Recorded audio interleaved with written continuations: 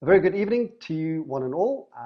Thank you so much. A heartfelt thank you to all of you for joining us on Zoom as well as on Facebook for this 1-hour webinar entitled The Grenfell Tower Tragedy. And we are delighted that you are all with us, so thank you. A grateful shout out to Churches Together in Britain and Ireland, as well as the Baptist Union of Great Britain, who are the hosts of this evening's webinar. My name is Kevin, the Revd Dr Kevin Snyman, and I'm the Program Officer for Global Justice and Partnerships at the United Reformed Church here in the UK. We are delighted and honoured to be hosting our two speakers tonight, and they are the unrelenting Bevin Powell and the genuinely unstoppable Reverend Mike Long, both of whom I shall introduce more fully just before they begin to speak. So, to run through the format, I'm doing some housekeeping at the moment. I will start after that with a brief introduction, followed by Bevin speaking, and then Mike. They'll speak for about 10 minutes each, and they are tasked with deepening our understanding of the justice issues and some of the behind-the-scenes issues surrounding Grenfell. And finally, there will be a Q&A for the remainder of our hour together. So we'd really encourage you to engage with the topic and ask that you formulate, think about, and send in your questions using the Q&A function that you'll see at the bottom of your webinar page, rather than the chat function. Questions are always preferred over statements, naturally, and we will do our very best to get to all of your questions, but of course, we don't guarantee that we get through all of them, particularly if there are many. This is the fourth in the series of 5 webinars that CTBI and the Baptist Union of Great Britain will be hosting, focusing on racial justice in Britain. On the 23rd of September 2020, we will be hosting our final webinar exploring the impact of COVID-19 on marginalized communities. Right, that's the housekeeping. Let us get to the task at hand. On the 14th of June 2017, a fire broke out in the 24-story Grenfell Tower block in the flats in North Kensington. And the fire was started by a malfunctioning fridge freezer on the 4th floor. It spread rapidly up the building's exterior due to the building's cheap and flammable external cladding, burning for about 60 hours before being extinguished. The fire caused the deaths of 72 people, injuring over 70 while leaving hundreds homeless and bereft. It was the deadliest UK residential fire since the Second World War. The Grenfell Tower inquiry began on the 14th of September 2017 to investigate the cause of the fire and other related issues. Several relatives of the Grenfell victims called for an inquiry into the role that racism played in the events leading up to and following the fire and inquiry. In fact, London Mayor Sadiq Khan said that years of neglect, quote unquote, by the council and successive governments were responsible for what could have been a preventable accident. Dawn Foster, contributing editor on housing for The Guardian, said that this was an atrocity and was explicitly political and a symbol of the United Kingdom's deep inequality. Patrick Coburn, in an article for The Independent, said that the government is clearly frightened that the burnt bodies in Grenfell Towers will be seen as martyrs who died because of austerity, deregulation, and outsourcing. And Aditya Chakraborty from The Guardian drew comparisons with Grenfell to the often lethal living and working conditions faced by the working classes in Victorian Manchester, conditions that so influenced Friedrich Engels.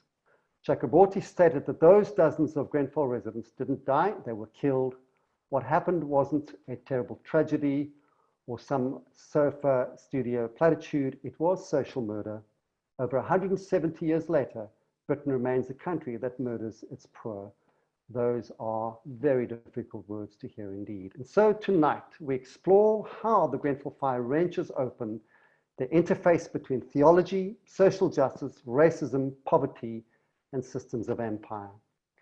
Our first speaker then is the simply wonderful Bevin Powell.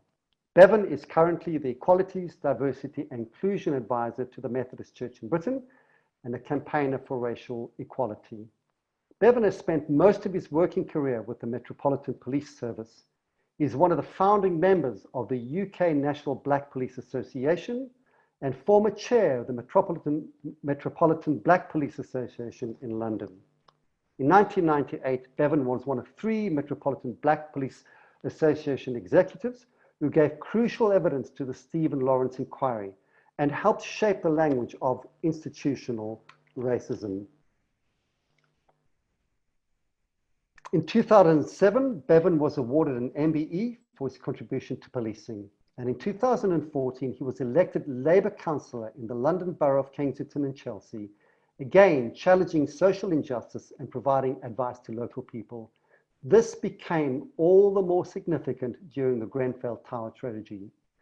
Bevin brings a deeply personal perspective to our discussions, and we are looking so forward to your wisdom and insights, Bevin. Thank you. Thank you very much for that introduction, Kevin. I've lived in North Kensington all of my life, and so the death of 72 people from the community that I live and share the same air was deeply, deeply traumatic, not just for the relatives of those that lost 72 members of their families, but my family, my father lost friends in the tower. My nephew goes to Kensington Aldrich, which is the school directly under the tower. So it's deeply personal. And I would say that North Kensington is still grieving and still seeking justice for the 72 people who lost their lives needlessly. And as you said during the introduction, I became a councillor in the local area in 2014, and so feel very much part of a system that let down residents in that part of Kensington. Kensington and Chelsea at the time was seen as one of the most, well, it was the wealthiest borough in Europe, not just in Britain, but it was the wealthiest in Europe. But those that lived in North Kensington did not enjoy the fruits of that wealth. And it didn't just begin with Grenfell. And what I'd like to do is very quickly, if I may, Kevin, just to run through a chronology of migration into the area, just so that those that are watching this webinar have an understanding of the backdrop, certainly from the late 40s, 50s to present day. So I'm just going to run through that chronology. So, you know, most people will be aware that in 1948, the Empire Windrush docked at Tilbury. And then 2 years later, the first phase of African Caribbean settlers came to North Kensington. And at the time, it was one of the largest Caribbean communities within Britain. In 1958 was the Notting Hill race riots. And the following year, an Antiguan worker, Kelso Cochrane, was murdered on Goulburn Road in North Kensington. And to this day, his murder has been unresolved. In 1959, what I believe is the development of a civil rights movement in Notting Hill. Many will talk about the civil rights movement in the United States, but I believe very much that we had the start of our own civil rights movement in various cities across the country, but Notting Hill was certainly one of those areas that had its own civil rights movement in its infancy. In 1959, Claudia Jones develops the Caribbean Carnival that most people would be aware of and enjoy during August. And then in the 1960s becomes another wave of migrants, the Moroccan community come to North Kensington. But one of the key things throughout this time is the whole issue of inequality and poverty. And in 1964, the Westway, the A40 motorway or dual carriageway, was built across 1,000 homes in North Kensington. Now, many people will be aware of the A40 or the Euston Road, but the A40 is not a straight road. If it was a straight road, it would have gone straight through the richer parts of Notting Hill and Holland Park, if it was a straight road, but it didn't take a straight road. What it did, it came through North Kensington, it came through Northwest Hammersmith and Fulham, and it came through Northwest Minster. And all of those areas, what they had in common, those were the homes of Black and ethnic minority communities. And so what I'm trying to describe here is that the inequalities that led to the death of 72 people in Grenfell Tower is a manifestation of inequality that has existed in the area. Even today, if you are a man in the north of the Kensington, living in North Kensington, your life expectancy is 15 years shorter than men living in the south of the borough. If you're a woman, your life expectancy is 12 years shorter. And we're talking about the 21st century, where we have such a variation in life expectancy in one of the richest boroughs in Europe. As I said earlier, the Grenfell fire itself impacted so many, and I believe that North Kensington is still grieving. As a councillor, we ran a number of surgeries. So as a political councillor, you're required to run advisory surgeries for local residents. Following the fire, every single resident that came to my surgery was traumatized. Now, my ward is not the ward in which the Grenfell Tower fire took place. My ward is about 1.5 miles to 2 miles away from Grenfell, but the fire has impacted the entire area and beyond.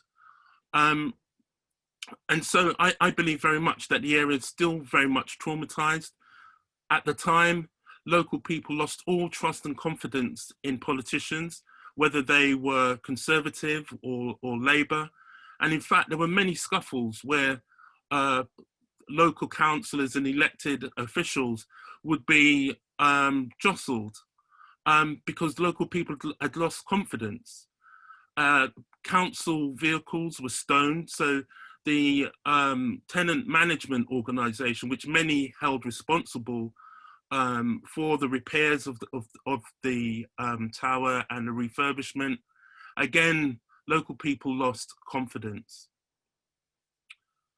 During the period of the fire, in the first few days, the emphasis was on temporary rehousing of residents from the tower and those who were what we call living in the finger blocks. So not directly from the tower, but those that had been affected in the immediate surrounding areas, and they had to be rehoused, many of those people. But what happened was, this was in the middle of the summer. So if you can imagine, many families would have been rehoused. They don't have suitcases. All they have are the belongings that they brought with them. And then over a few weeks, they'd start to get a few more belongings, etc. But because it was the middle of the summer, there were a number of sporting events, such as Wimbledon. And so already traumatized residents were then asked to move from the hotels and bed and breakfast accommodation that they'd initially been placed in, and further traumatized because they didn't have the basics. They didn't have suitcases in which to put their belongings. So I'm painting a picture so that those that are listening to this understand that North Kensington had suffered multiple inequality for decades. And for me, the loss of life, the 72 people who sadly lost their lives, the manifestation of the inequality that existed and still exists in North Kensington.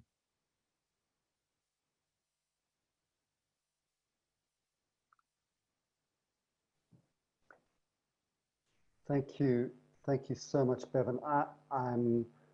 I think I'm just going to take a moment for us to digest what you've just said, because I don't know that anybody could not be moved by just the scale of the injustices that you have outlined there, and the fact that you have such personal experience and pain from that. So there are a few questions coming in, Bevin. I'm just going to hand over to Mike first before we come back, and I may come back to you with some of those questions. But thank you so much. Mike, I'm going to hand over to you. I just want, by way of introduction, say that the Reverend Dr. Michael Long, also known as Mike, is the minister of the Notting Hill Methodist Church, which, if I'm not mistaken, is within a mile or so of the Grenfell Tower. Is that right, Mike? About 100 yards. Right, 100 yards. Okay. So Mike has an MPhil researching the church's response to poverty, and a PhD on international debt, with particular reference to the Jubilee 2000 campaign. And so for those who don't believe in the move of the Holy Spirit, it is absolutely right that God put you in Notting, in the church, at Notting Hill Methodist Church at the time.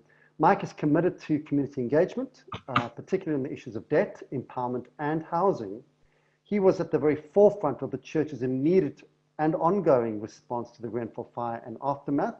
And I see already some questions are coming up, Mike, that I'm sure that you would want to take. And some have even called him the pastoral face of the church during those awful times. He subsequently chaired the Shelters Commission on Social Housing, which published its report in January 2019. Mike has published several articles on theology and housing and is here to share of his wisdom with us. Thank you very much, Mike. I'll hand over to you. Well, thank you very much for the invitation. But as Bevin has so movingly introduced, all this is because of a thoroughly avoidable tragedy. That we've heard something about the background to the local authority and the community, and the bald facts about the fire itself. Just want to start off very briefly by saying something about the church's role in the kind of immediate days and months after the fire. The church and the churches, all the local churches, various kinds, and the local Al-Manar Mosque were heavily involved in assisting with the relief operations, in no small part because the local authorities' response itself was so lamentably terrible. And so invisible at first. Indeed, it was only a few days before the government had to replace any local authority efforts, such as it was, with a different strategy altogether. But in the immediate aftermath, the churches were all open and offering themselves, often in a capacity which was more than simply offering safe spaces, so that was important in itself, and vehicles for the channeling of lament and sorrow, grief, anger, and much else. There were also places where people could meet and discuss, where community organisations could be fostered and supported. And I like to think of the church's role as being very much that of a catalyst. It wasn't the churches in many ways doing things for the community, it was the church helping the community to support itself. And we saw a wonderful way in which the community, such a vibrant and resilient community, was able to demonstrate that in the midst of an appallingly traumatic experience. I think the church's role at the time was both pastoral but also prophetic. And I'd like to think going forward, it can continue to be a force for community cohesion, as well as the aims of justice and of healing as well. The church was used very much by lots of other agencies as well, by the media and the police, and because it was thought to be a safe space, many of them were thought to be safe spaces, which is interesting in itself. I mean, one of the reasons that the churches were trusted was because of the history of the church's involvement in the preceding decades. And Bevin has talked about the the context of all the experiences that so many people have had in that community over decades of racism and injustice and so on. And some of the churches in particular had been so involved in that process that the churches were seen locally as being on the sides of the people in many ways, rather than the authorities, and in a kind of reversal of what you might expect perhaps in other parts of the country. Here, the churches, we discovered, and the faith centres were those organisations that were being more trusted than the statutory sector, which was interesting. So the churches became the places where often people would gather and meet, when public meetings were chosen to be held because they were deemed not only to be neutral, but to be safe spaces for people, where people felt more at ease than in the more other arenas, and where hospitality could be practiced and learned. And I like to think that the churches offered a very visible sign of ecumenical and indeed interfaith unity in a world which often talks about how religion and faith can be divisive. I think the actual opposite was shown here, how faith can be something that brings people together and aids community understanding, and indeed the pursuit of justice and healing as well. I was asked particularly to speak about some of the effects on the community and elsewhere about the Grenfell Tower fire. Obviously, the loss of 72 people and the many, many others who were injured and the thousands others who were traumatized has devastated a local community and indeed far beyond as well. It continues to be a traumatizing occurrence. And when I speak sometimes at places outside the local area, some people ask me things like, well, what's happened to the tower now? Have they taken it down? And one of the things I try to explain is that actually we are in the midst of an ongoing experience in many ways. The tower is still there. Yes, it's shrouded, thankfully. But this is rather like having some terrible accident happening, though this was more than just an accident. But then not being able to clear up all the debris, all the reminders of what has happened. And these continue to affect the local community, who cannot escape what has happened in the past and continue to be traumatized by it. And indeed ongoing worries about things like the contamination of the site, what will happen if and when Grenfell Tower is slowly taken down, and so on. So it continues to be a traumatizing event for a lot of people, and having so many people traumatized in the community has profound consequences for the life of that community on the back of experiences which many of them have already had, which were traumatizing in themselves. One of the things we've learned is how trauma is itself an amplifying factor in so many other features of brokenness that we either have in ourselves or we've had imposed by others on ourselves. And so this trauma comes on the back of other traumas. To give you an example, a number of people spoke to me in the months after the fire and said, you know, Rev, this is not the first time we've been burned out of our houses. Because some of them have come from Syria or the Balkans. They have seen terrible things may have happened to them or to their loved ones, and they come bringing those experiences, and then yet more experiences happen to them here in Grenfell. And therefore, there are very understandable reasons why those figures in authority were not trusted very much to start off with, elsewhere and in Britain, and of course far less now. And the response of RBKC in particular has left a very difficult legacy for the local authority, I suspect for a generation or more to come. It was, as we've heard, an accident, but an accident which was entirely avoidable. I've mentioned about the amplifying factors, but of course these amplify things like issues which people have in their relationships, in an area which I have to say is hugely overcrowded. And constantly we see the effect of that overcrowding on relationships, on people's well-being and so on, about the stress and the tension that these produce, on mental health issues, and in the community itself, where we have so many different communities as part of our community around the Grenfell Tower area in North Kensington. And of course, this can introduce new tensions and new suspicions as well. When people have the history that Bevin has talked about, of being ignored, of feeling they've not been listened to, and then you have the Grenfell Tower fire where people have been saying, well, we were telling you about some of these things anyway before the fire happened, you're still not listening to us. And then a poor response to then what happens with the rehousing and people being looked after during those immediate months after the fire. This does tend to produce a very difficult dynamic of suspicion of authorities. So there is huge mistrust. of public health bodies, of the contamination issues around the site, and about what's going on with the Grenfell Tower Memorial, and the public inquiry as well.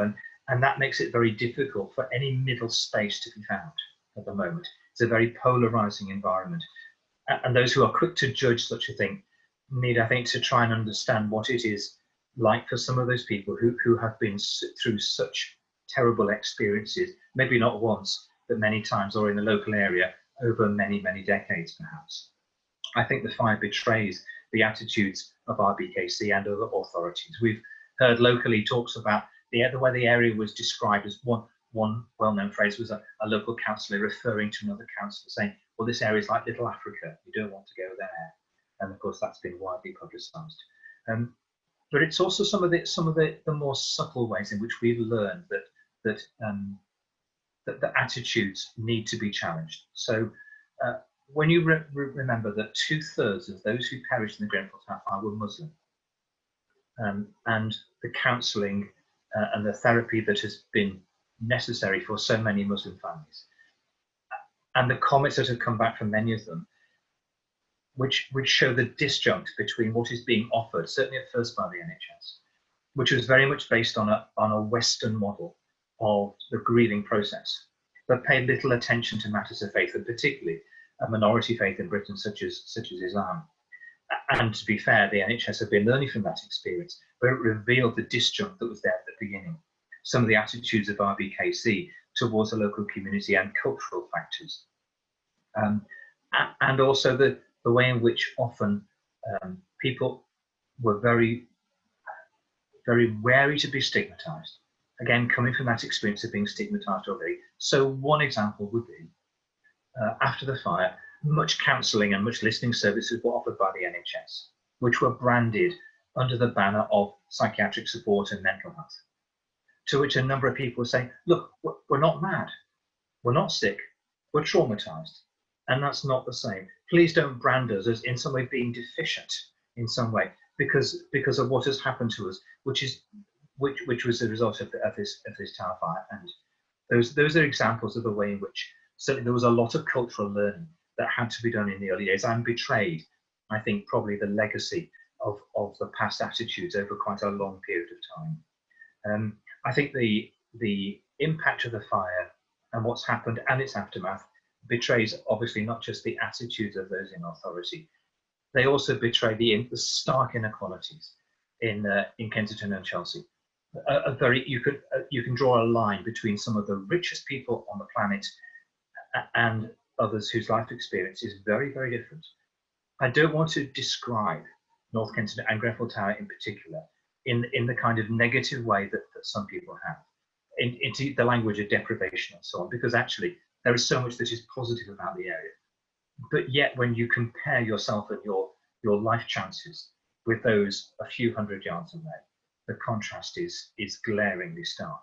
It has exposed those fractures and I think also a failure of our democracy, local democracy in particular, in an authority where one party will win for generations because of the way that the local authority and our process is structured. And they know that, the opposition know that, the people in North Kensington know that, and have felt shut out of politics and local engagement for a very long time.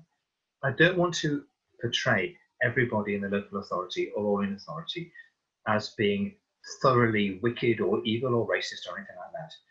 But I think it betrays a lack of awareness, most of all. So a number of people would come to me in authority and say, but we're doing the consultations, we do the listening time and time again. But they're done from a distance. They're done from a tick box exercise. They're often exercises which I felt have been exercises where they've not really wanted to listen to the uncomfortable answers that might be received. And one of the things that I hope comes from the aftermath and the inquiries will be a real soul searching and exercise in humility on the part of all those who are in authority, and perhaps not least leaders in the third sector and church leaders too, about how actually communities can feel enriched and engaged, and there might be justice for all and in the future. Thank you, Mike. Just before I go back to Bevin, can I just ask you to briefly give us some idea of the interfaith response, the positive interfaith responses we've been speaking about the Christian church, but of course, the church has not been the only one that's been offering. I mean, there are two Muslim communities, Shia and Sunni, in the local community. The Sunni mosque Al-Manar is by far the largest and the most local. It's about a mile away from Grenfell Tower itself. And we have developed since the fire very, very warm relations between that mosque in particular, but some others too, and the local churches in the immediate vicinity to Grenfell Tower. And we meet together. We've got to know each other. Some of us knew each other well before the fire, but we've got to know each other much more closely. So every Ramadan, a number of us are invited to speak. My largest congregation that I've ever had has been speaking at Al-Manar Mosque. And I am warmly received as a friend at Friday prayers. So I think we are different, and we don't disguise that difference, but we recognise that actually we have a huge amount in common, and the issues that are there about justice and about the local community are ones where we see things very, very similar indeed. Thank you. Bevin, if I can come across to you with one of the questions that we've received, and it really ties in this question with some of the kind of embedded institutional, almost like built-in elements of inequality and racism that we see in the road that you described.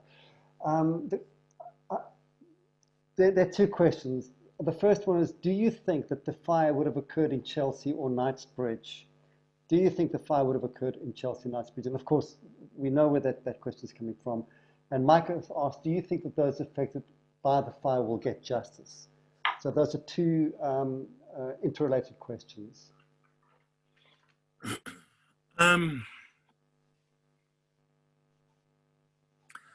You know, those living in Chelsea and Knightsbridge, you know, the kind of fire that occurred at Grenfell Tower was as a result of cladding that just should not be allowed to be used on any building.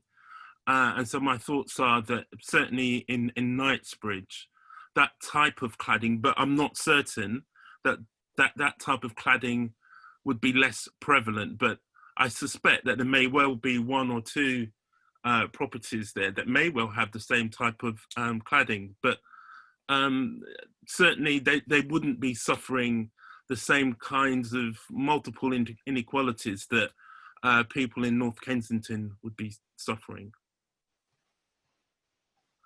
Going to your second question, in terms of justice, that's a really difficult one.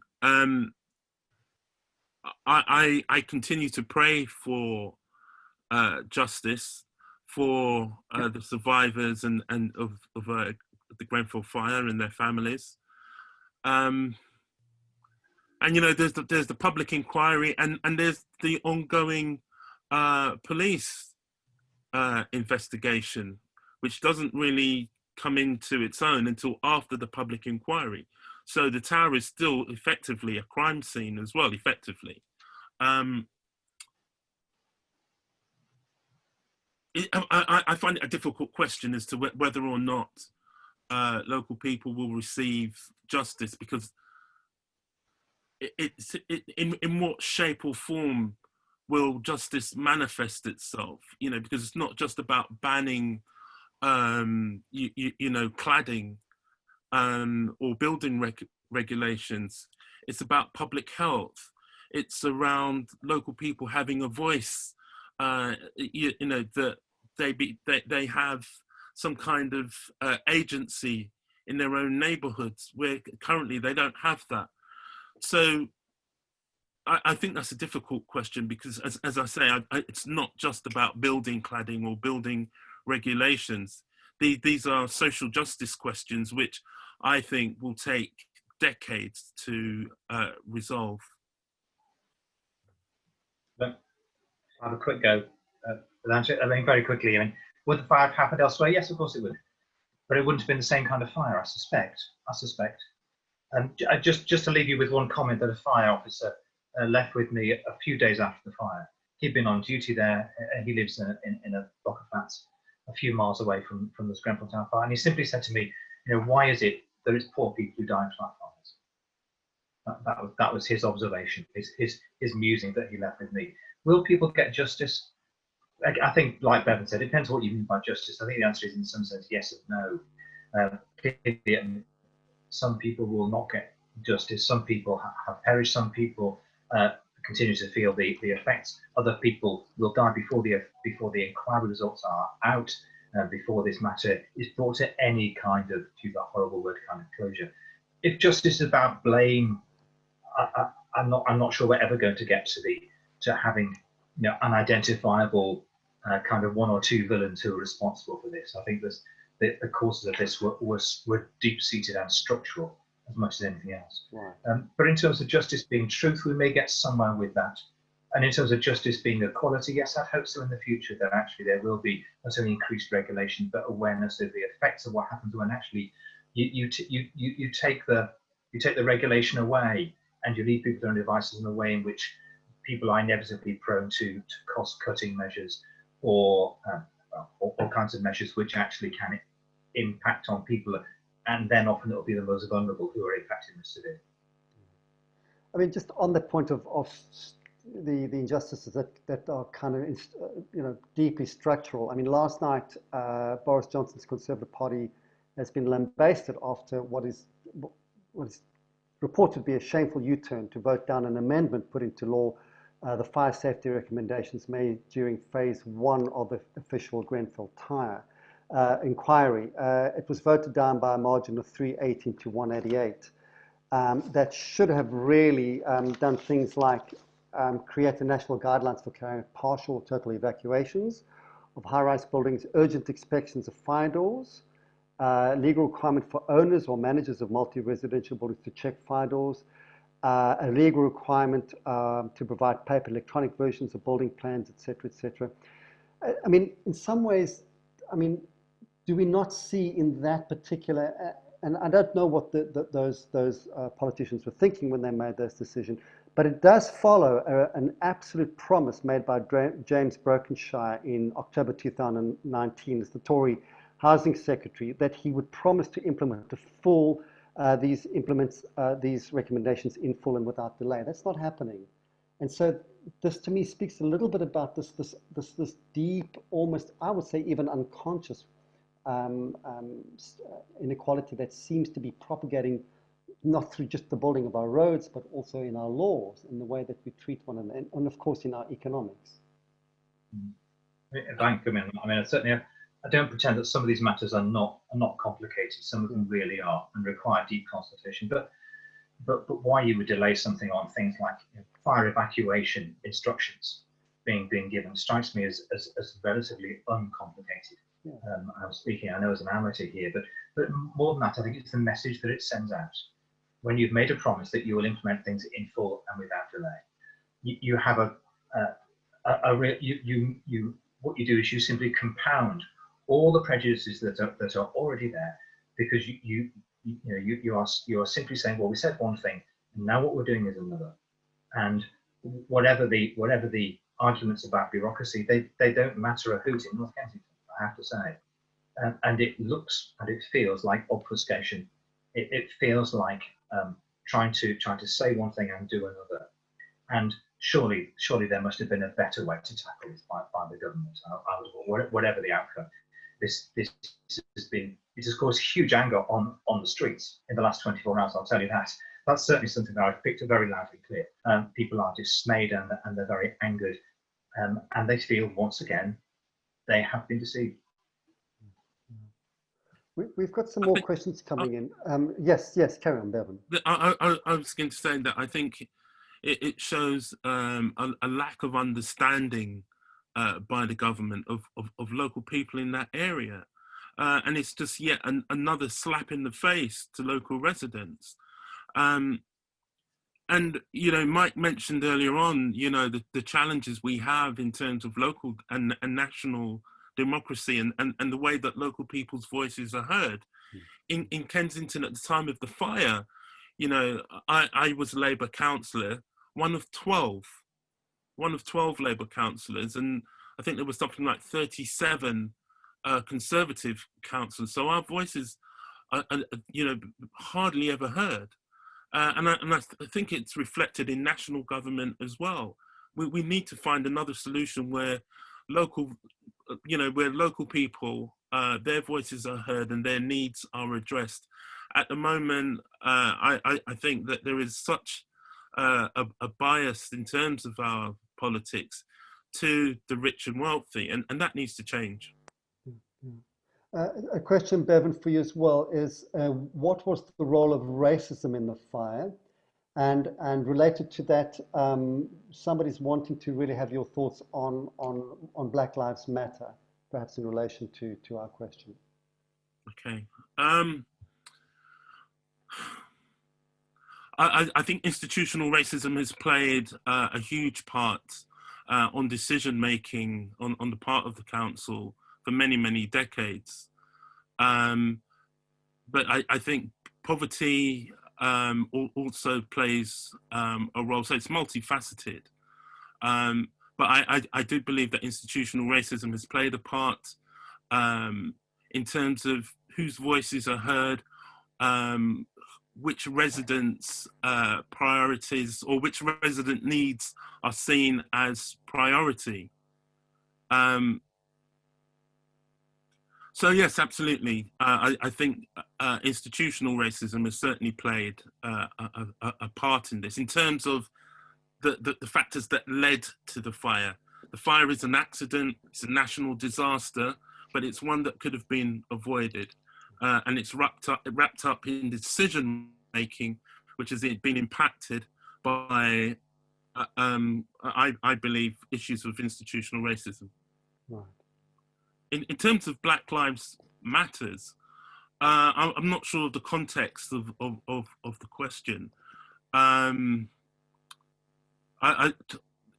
relation to the fire and North Kensington, absolutely the experiences of inequality over several decades experienced by people in North Kensington, but for Black people in general, a day in and day out experience of difference. You know, if you're Black, your experience of the criminal justice system is going to be different, unfortunately, to that of, someone that's white. You know, your experience of education is going to be different. Your experience of our health services are going to be different. If you're elderly, your experience is different. You know, if you're elderly and from Black and Asian communities, you're more likely to develop early onset of dementia. Why is that? Yeah. You know, COVID-19 has really shone a light and amplified the inequalities that exist in this country and in North America and across the world, really, when it comes to Black and ethnic minority communities.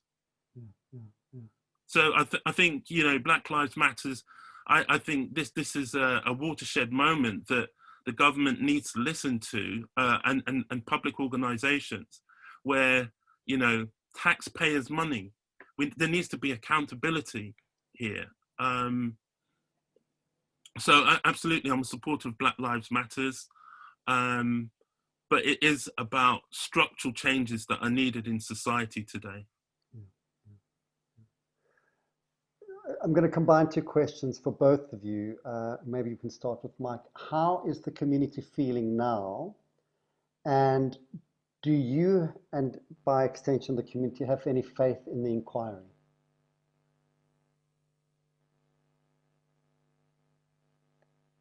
How's the community feeling? There isn't one community, there are many communities here, is one thing to say. But I think the communities, if you can generalize, continue to be profoundly affected. You see people going on their lives as normal. It's, you know, all kinds of things happen. Kids go to school and everything. But you don't have to scratch the surface very far to find a lot of unease, a lot of mistrust or suspicion. Sometimes you might almost consider it to be paranoia, especially if you come from outside and you don't understand the community context, which is there. And there are many brilliant things about the North Kensington community, to be sure. But I think it's a community which is damaged and and fractured at times as the individual people are. Yeah, I'm speaking generally, of course, but I would say that that's to be the case, and it will be a long time to understand the full nature of the impact, particularly perhaps on some of the younger people in the community. What was the second question? Sorry. Do you About have the public inquiry? Do I have faith in the public inquiry? I've met some of the officials in the public inquiry, as far as I can tell. They are absolutely, resolutely determined to get to the truth of what happened in its fullest extent.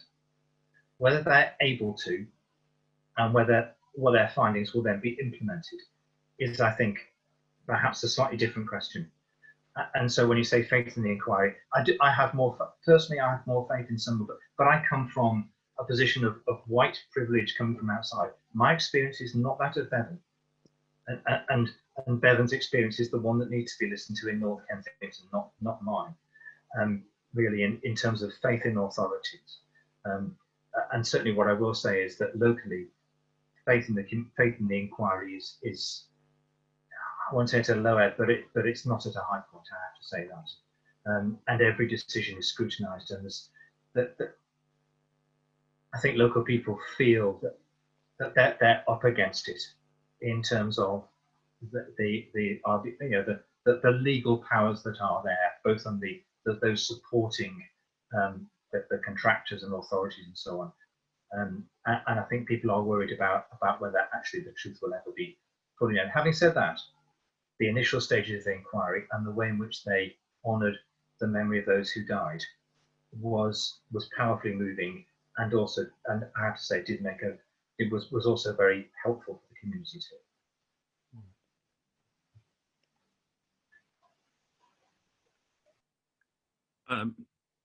For me, do I have faith in the inquiry?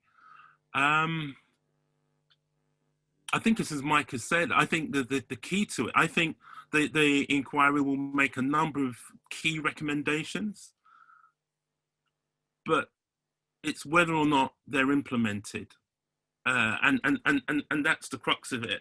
The process itself, I've got no doubt, will be robust. But I'm not convinced that recommendations will be followed through. And we saw the vote last night, which kind of suggests the direction of travel. In terms of how local communities are feeling, it's a difficult one. People are still traumatized. I think that most definitely there's a mistrust of public bodies still. Because the community has been let down over several decades.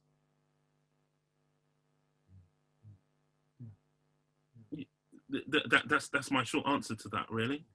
I mean, if there is such a thing, the short answer is just such a complex issue.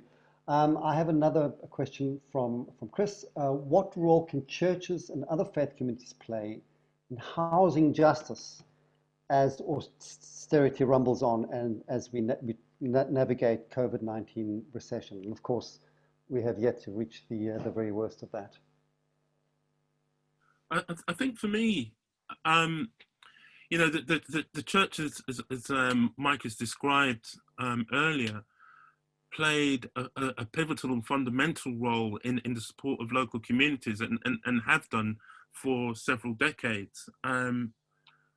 But I think there's also something about pastoral individual support in terms of the trauma that people still are feeling. I think that's where the spotlight needs to be shone in terms of individual needs. Mike spoke about issues around domestic, family relationships, etc. I think church plays a huge role in supporting families and local people.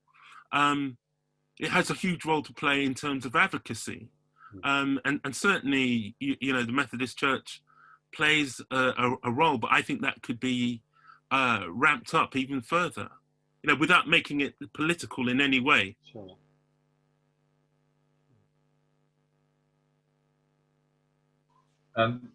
in terms of housing, I mean, first of all, I think one of the roles of the church is to challenge austerity in the first place. I think that my sense is that it isn't actually. We've had so many years of austerity, even with a massive national debt from COVID, that there isn't a mood for us for further austerity.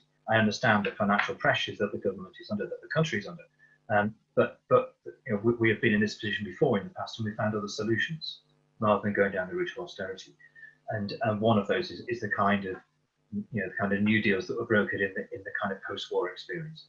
So one of the things I would say one of the roles of the church is to challenge austerity, especially where austerity pinches, because that's the question in the end. It's not what economic policies there are, it's what the impact of those policies are, who they impact most. And obviously the churches are wanting to say, particularly we should pay attention to the most marginalised and vulnerable, because they're least able to support themselves in a time of adversity. And the other thing about housing, I would say, if I can give a quick answer, will be just to I think go back to that sense of social housing as a public good for people who live in it, public good for our communities, to have mixed communities of different types of housing, in which communities can flourish and be strong and resilient communities, which is actually good for the economy as well. Economies of cities, economies of rural areas of seaside towns, and so on. And I think there's this huge impact that we can devote to simply keeping that on the public mind. In the end, governments, politicians respond to public appetite, and if more and more people are talking about and thinking about housing, that in a sense will make an impact as well.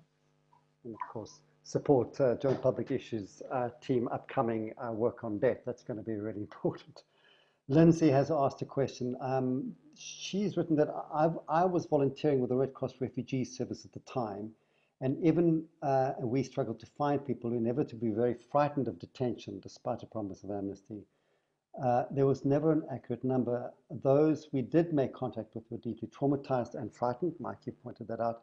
And the mosques and churches seem to be doing great work in this area. The question is, are you aware of the undocumented migrants affected by the crisis and how they actually found help, if at all?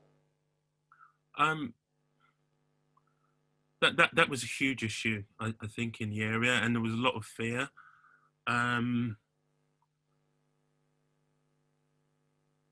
You know, there was a concern at one stage that not all of the people that had perished would be identified because of this issue. But fortunately, they have, and I think they have identified all those that had perished. Mike and I both sit on the same Citizens Advice Bureau in North Kensington, and they played a major role in giving advice. So I know certainly that there were individuals and families that were referred to me, who I then referred to the Citizens Advice. But that would normally come third hand because of the issue of trust and confidence.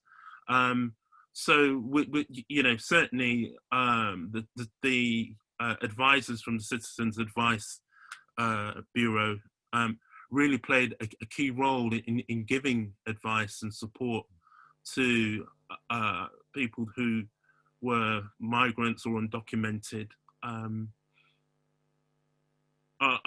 You know, it's very difficult to say how many went without any support, because you know, you just don't know what you don't know. But certainly a number of families and individuals were referred to me, and they were referred to the Citizens Advice Bureau, and they received housing, temporary housing at least. We have time for one more question, and you know, our audience is they are activists and they are people that know how to make things happen. And as the question comes from Derek, what are the current unmet needs of those impacted by the fire, and if anything, what can we do?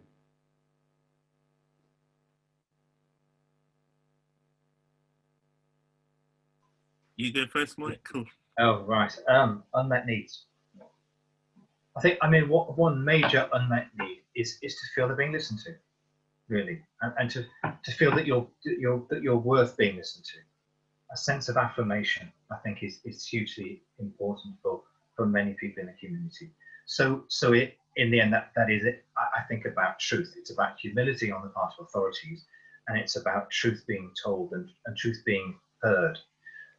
So I think that's a big need. Obviously, there are so many others. I could go on for hours about housing, about overcrowding, about those who have no recourse to public funds, and health inequalities and so on.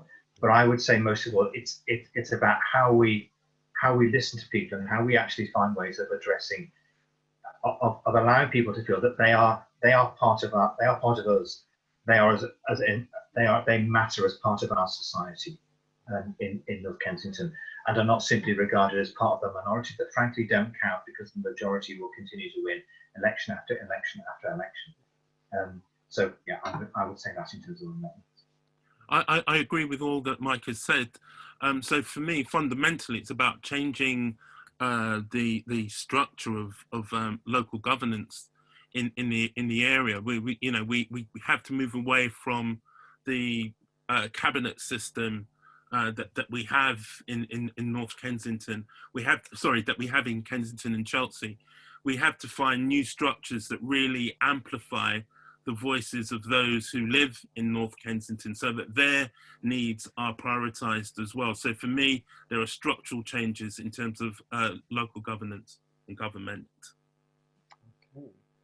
I think we're going to end on that particular suggestion for all of those who are present to begin to working towards those ideals.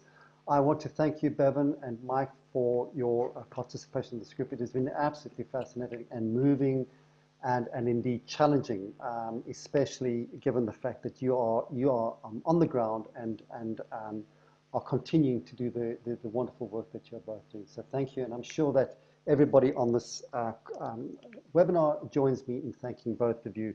Can I also say a big thank you to Dave and Romina and Richard, who are doing a lot of work in the background and will continue to do work on these webinars, to be posting them on the C2BI website. Please do remember to go and look up their website. There's some fantastic resources. And for me to say a very good night to everybody.